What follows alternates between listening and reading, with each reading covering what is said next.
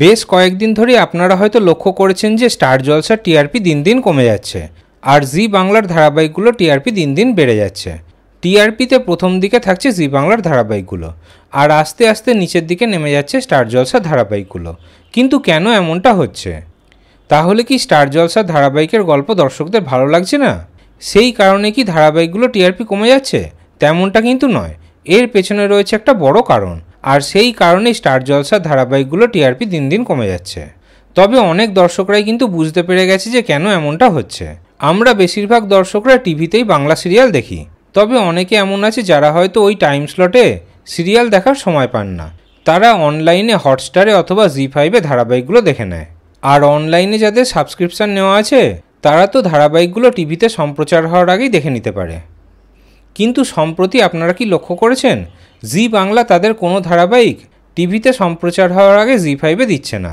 আগে সকাল সকালই সেই দিনকার এপিসোড জি5-এ দিয়ে দেওয়া হতো, সেখানে এখন অনেক রাত করা হচ্ছে সেই দিনকার এপিসোড দিতে। ওদিকে স্টার জলসা তাদের ধারাবাহিকগুলো সম্প্রচার হওয়ার অনেক আগেই হটস্টারে দিয়ে দিচ্ছে, তাই বেশিরভাগ দর্শকই টিভিতে না দেখে অনলাইনে দেখে নিচ্ছে। কিন্তু জি বাংলার ক্ষেত্রে দর্শকরা এমনটা করতে পারছে না, তাদেরকে বাধ্য হয়ে টিভিতেই ধারাবাহিক দেখতে হচ্ছে। এই কারণে কিন্তু জি বাংলার ধারাবাহিকগুলি টিআরপি দিন দিন বেড়ে যাচ্ছে আর স্টার জলসা টিআরপি কমে যাচ্ছে। এই সপ্তাহে টিআরপিতে প্রথম 3টি স্থানেই জি বাংলার ধারাবাহিক রয়েছে।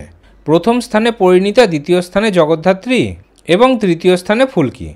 ওদিকে তৃতীয় স্থানে স্টার জলসার রাঙামতি তীরন্দাজ ধারাবাহিকটিও জায়গা করে নিয়েছে। কিন্তু আবার চতুর্থ স্থানে কোন গোপনে মন ভেসছে মানে জি বাংলার ধারাবাহিক। আর পঞ্চম স্থানে গীতা এলএলবি। তাহলে টিআরপিতে সেরা 5-এ প্রথম 4টি ধারাবাহিকই জি বাংলার, আর তৃতীয় এবং পঞ্চম স্থানে ধারাবাহিক হলো স্টার জলসার। তাহলে আপনাদের কি মনে হয়, স্টার জলসারও কি জি বাংলার মতো করা উচিত? এপিসোড টিভিতে সম্প্রচার হওয়ার পর অনলাইনে দেওয়া উচিত? তাহলে কি ধারাবাহিকে টিআরপি বাড়বে? এই বিষয়ে আপনাদের কি মতামত কমেন্টে অবশ্যই জানাবেন। বাংলা সিরিয়ালের নিত্য নতুন আপডেট পেতে চ্যানেলটি সাবস্ক্রাইব করতে ভুলবেন না।